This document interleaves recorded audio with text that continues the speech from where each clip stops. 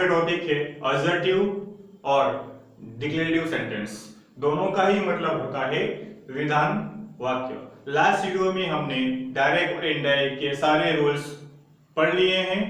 अब आप सभी को टेंस की पहचान करना आता ही होगा, ये मेरा मानना है, क्योंकि डायरेक्ट और इनडायरेक्ट स्पीच में टेंस आता हो तो आसानी से हम इसका हल कर सकते हैं।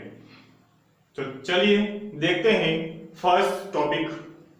रिपोर्टिंग ऑफ के रूप में सेड टू के बदले टोल्ड का उपयोग करते हैं। ये कब होता है? जब इनडायरेक्ट स्पीच पे बदलना होता है तब। पूछे गए प्रश्न का जवाब देने के लिए यदि आपसे सवाल पूछा गया हो और आप उसका जवाब दे रहे हैं या फिर कोई भी दे रहा हो तो रिपोर्टिंग ऑफ के रूप में रिप्लाइड या फिर आंसर्ड का उपयोग करते हैं। यदि किसी विषय के बारे में जानकारी देना हो तो हम रिपोर्टिंग ऑफ के बदले क्या यूज करेंगे? इन्फॉर्म्ड। अगर किसी विषय के बारे में जानकारी देना हो आप लोगों को तो रिपोर्टिंग ऑफ के रूप में आप लोग इन्फॉर्म का उपयोग कर सकते हैं। चलिए यहाँ पे दो एग्जांपल लेके करते हैं। किंजल, आई often forget my things at my friends place Akshay. अब देखो यहाँ पे दो नेम मेंशन है, एक तो है किंजल, दूसरा है अक्षय। अब आप लोग ये सोचते होंगे कि सेड टू कहाँ गया। टॉपिक ये है, अगर ये सिंबल हो तो इसका मतलब क्या होता है? Said to. ठीक है, मतलब reporting of said to, said, tell, test, say, will say, shall say, ये सब। तो यहाँ पे देखिए दो नाम हो गए, किंजल और अक्षय। तो किंजल बोलती है किससे? अक्षय से। मतलब क्या होता है? Kinjal said to Akshay.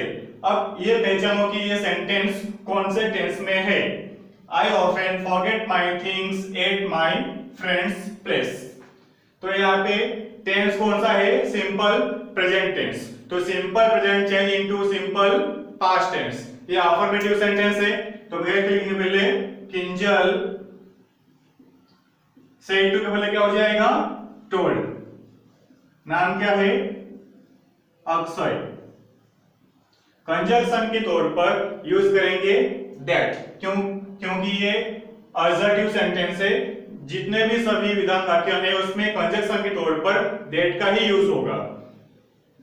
That लिखे, उसके बाद यहाँ पे देखिए आई लिखा है। अब आई का मतलब कौन? किंजल। किंजल एक लड़की है, इसके लिए आई के बदले क्या यूज होगा? सी। उसके बाद ऑफन। अब देखिए यहाँ पे फॉरगेट है वर्ब का फर्स्ट फॉर्म, तो यहाँ पे हम यूज करेंगे वर्ब का सेकेंड फॉर्म। तो फॉरगेट का क्या हो जाएगा?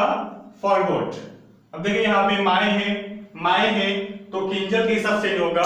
लड़की है तो क्या होगा? माय के बदले क्या यूज होगा? हर। अगर लड़का होता तो माय के बदले क्या होता? हिज। तो यहाँ पे लिखेंगे हर थिंग्स एट। फिर से माई आया है तो माई के बदले क्या आएगा? हरी आएगा। उसके बाद फ्रेंड्स, लास्ट में क्या है? प्लेसेस, फिर full stop. Second example, Pankaj said to Parul, we are the happiest friends in the world now. अब देखिए यहाँ पे सेड टू का मेंशन हुआ है, तो सेड टू के बदले क्या लिखना है हमें? सिंपल इनडायरेक्ट स्पीच में टोल्ड लिखेंगे। पंकज टोल्ड पारुल। कंजंक्शन के तौर पर यहां से हम कॉमा हटाकर क्या यूज करेंगे? दैट। अब जहां पे रिपोर्टिंग ऑफ सब्जेक्ट और वी हो तो उसका क्या हो जाएगा? दे। हम ये सब रूल्स में पढ़ चुके हैं लास्ट वीडियो में। अब यहाँ पे आर है तो आर के बदले क्या आएगा? Where the happiest friends in the world. अब यहाँ पे देखिए नाव है तो नाव के बदले क्या आएगा? देम। हम ये भी पहले वर्ष में पढ़ चुके हैं, चेंजिंग सम वर्ड्स। उसमें नाउ था, नाउ का बदले क्या रखेंगे, देन। अगर पहले से देन हो तो देन का नाउ नहीं करना है। अगर इंडेक्स स्पीच में पहले से ही दे दिया हो तो इसका वही रहेगा। भूल के भी देन कर दिया हो तो देन के बदले नाउ नहीं करना है। तीसरा example, the next train to Mumbai will leave at 10 PM, the enquiry clerk said to the passengers। अब देखिए यहाँ पे इंक्वायरी क्लर्क पैसेंजर को जानकारी दे रहा है किसके बारे में, ट्रेन के बारे में। तो यहाँ पे रिपोर्टिंग ऑफ सेड टू के बदले क्या यूज होगा, इन्फॉर्म्ड। तो क्या लिखेंगे, द इंक्वायरी क्लर्क क्या आएगा, इन्फॉर्म्ड द पैसेंजर्स।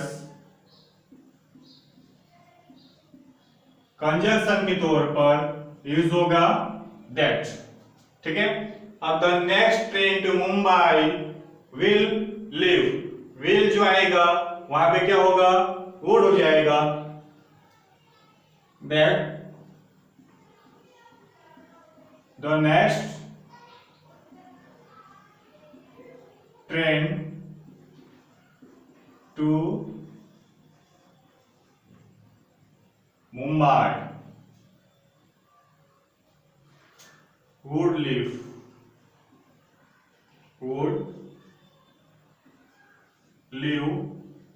कब है, at 10 PM, at 10 PM। Okay. चौथा, teacher why are you late today Raina. Last में क्या है, क्वेश्चन मार्क, मतलब ये इंट्रोगेटिव सेंटेंस है। रैना आई मिस द 7:45 बस सर। ये क्या है, असर्टिव सेंटेंस है। हम क्या पढ़ रहे हैं, असर्टिव सेंटेंस। ये इंट्रोगेटिव सेंटेंस इसलिए लिखा गया है ताकि ऐसे प्रश्न हो तो इसका जवाब हम कैसे लिखें। तो यहाँ पे लिखा है, रैना आई मिस द 7:45 बस सर। 7:45 बजे की बस मैं मिस कर दिया सर। रैना ने कैसे बोला, एकदम सम्मान पूर्वक बोला। तो क्या लिखेंगे, और यहाँ पे रिपोर्टिंग ऑफ के तौर पर आंसर या फिर रिप्लाई लिखेंगे, क्योंकि पूछे गए प्रश्न का जवाब देने के लिए रिपोर्टिंग ऑफ के रूप में रिप्लाई या आंसर का उपयोग होता है। तो यहां लिखेंगे, रैना रिप्लाइड, या फिर आंसर किसे, टीचर को। तो लिखेंगे टीचर, कंजंक्शन के तौर पर यूज होगा दैट। लेकिन यहाँ पे सर लिखा है, मतलब रैना ने रेस्पेक्टली कहा है, तो यहां लिखेंगे रेस्पेक्टेड, रेस्पेक्टफुली। फिर यूज करेंगे कंजंक्शन दैट का। उसके बाद आई है यहाँ पे, तो आई चेंज होगा हमेशा रिपोर्टर के हिसाब से। रिपोर्टर कौन है, रैना। रैना लड़का है तो उसके लिए हम यूज करेंगे ही।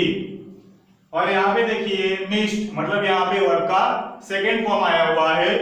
तो इसका अर्थ ये होता है कि सेंटेंस जो है सिंपल पास्ट टेंस में है, और चेंज करने पर क्या बनेगा, पास्ट परफेक्ट टेंस। तो आई मिस द बस है, तो यहाँ पे आई के साथ क्या हो जाएगा चेंज होने पर, ही। फिर हेल्पिंग ऑफ का यूज होगा पास्ट परफेक्ट टेंस का हैड। उसके बाद क्या है, वर्ब का थर्ड फॉर्म मिस्ड ही रहेगा। ही हैड मिस्ड द 7:45 बस। लास्ट में फुल स्टॉप।